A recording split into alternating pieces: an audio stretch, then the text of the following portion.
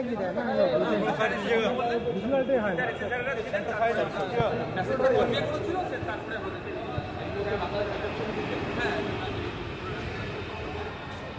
ঘটছে সাথে সাথে যেভাবে আমাদের দেশের পতাকাকে অপমান হচ্ছে ওটা নিয়েও তো বেশি করে বলবো এই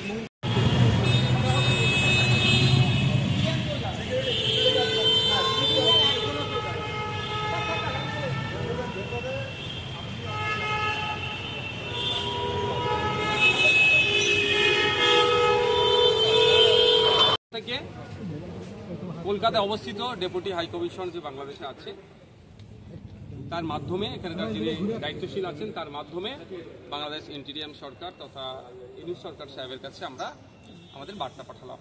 বার্তা এটাই যে বাংলাদেশে যে চলমান ঘটনা ঘটছে অবিলম্বে এটাকে বন্ধ করতে হবে, যাতে দ্রুত শান্তি ফিরে আসে।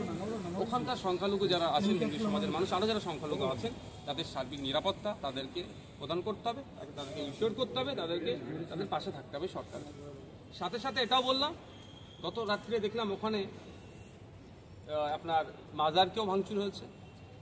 সেই বিষয়টা তো এনাদের সাথে আলোচনা করেছে যে কেউ মাজারকে প্র্যাকটিসের মধ্যে রাখে, কেউ নাও রাখতে পারে, বিভিন্ন ধর্মস্থানেও আঘাত আসছে, এগুলো খবর পাচ্ছি, এগুলো বন্ধ হওয়া দরকার।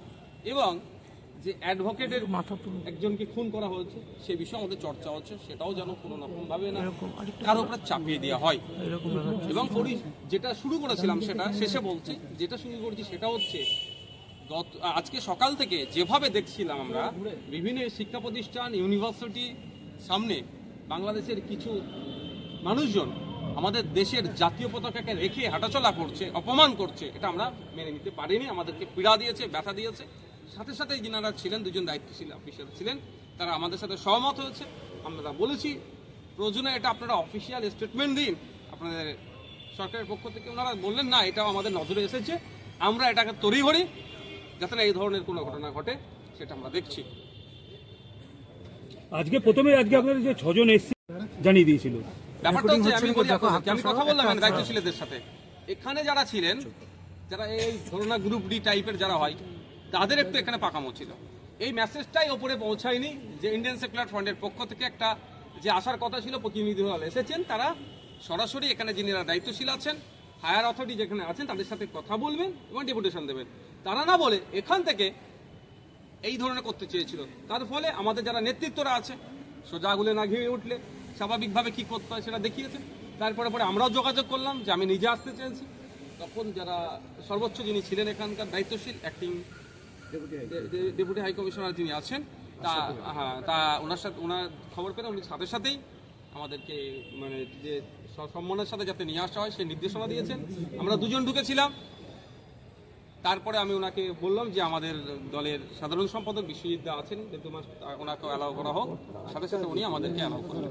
কথাবার্তা হয়েছে যতটুকু ওনাদের বলেছি, হয়তো আমি এখন ভালোভাবে মিডিয়ার সামনে বলছি সেটা নয় যে আমি বলেছি অবিলম্বে আমরা বলেছি এটাকে বন্ধ হওয়া দরকার। এটা কোনোভাবে কাঙ্ক্ষিত নয়, কারণ শুধু বাংলাদেশের অস্থিরতা হলে পশ্চিমবাংলা ভারতবর্ষ অস্থিরতা হবে, এটা আমরা চাই না।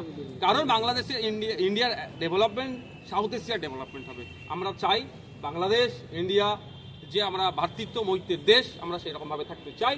সুতরাং ওই যে পতাকাকে পায়ের নিচে রেখে কুচিলাচ্ছে এটাকে আমরা মেনে নিতে পারি না। কারণ আমাদের দেশে আমরা বাংলাদেশের পতাকাকে দেখুন না কত সুন্দরভাবে উঠতে দিয়েছি। কেউ তো আমরা বাংলাদেশের এই হাইকমিশনের পতাকা নিয়ে কোনো প্রশ্ন তুলছি না।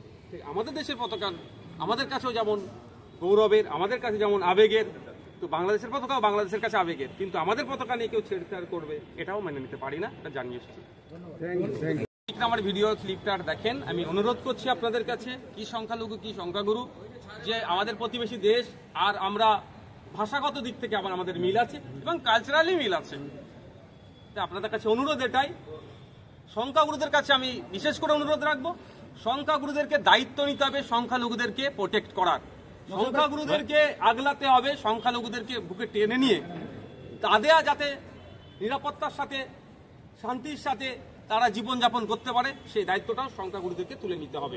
ভাই বিজেপি সংখ্যালঘুদের উদ্দেশ্য বলবো বাংলাদেশে যে আপনারা আপনাদের দেশ বাংলাদেশ, তার নিয়ম কানুন সংবিধান সেটাকেও মান্যতা দিয়ে চলবেন। বিজেপি শুভেন্দু অধিকারী ঘোষণা দিয়েছে যে রবিবারের মধ্যে যদি তাকে নির্দিষ্ট মুক্তি দাবি না করা হয় তাহলে পেট্রাপোল বন্ধ হবে সোমবার। আপনার এরকম কোনো কর্মসূচি না, দেখুন ওই ধরনের কর্মসূচি আমি নিতে পারি না, কারণ দেশের প্রধানমন্ত্রী বা আমাদের দল দেশ চালাচ্ছে না। শুভেন্দু অধিকারী মহাশয় কিভাবে বলছেন না বলছেন বলতে পারবো না, হয়তো তিনি আবেগে বলছেন। আর আজকে মনে হয় ভারত সরকার এই ধরনের কোনো বিবৃতিও জারি করেছেন যে আমরা বাণিজ্য বন্ধ করব কি করব না, কারণ এটা অস্বীকার করার কোনো জায়গা নাই। আমাদের দেশের অর্থনীতির একটা অংশ হলেও বাংলাদেশে আমরা বাণিজ্য মানে আমাদের এক্সপোর্ট করে আমরা সেখান থেকে অর্থ আমাদের রেভিনিউ আসে।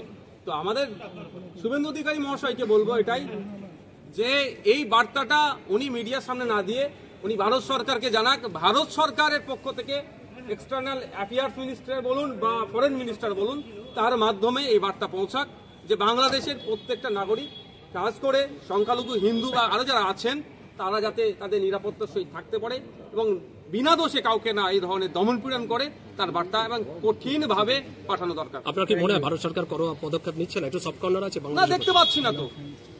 আমাদের দেশের সরকারের এক মোদিজির এক ফোনে শুনেছি, মোদিজির যারা ভক্ত যারা আছেন তারা বলেন এক ফোনে রাশিয়া আর ইউক্রেনের যুদ্ধ যদি বন্ধ করে দিতে পারে তাহলে বা আমাদের প্রতিবেশী রাষ্ট্রকে ফোন করে বা মেল করে বা মেসেজ পাঠিয়ে কেন এই হিংসা বন্ধ করতে পারছেন না? ঠিক আছে।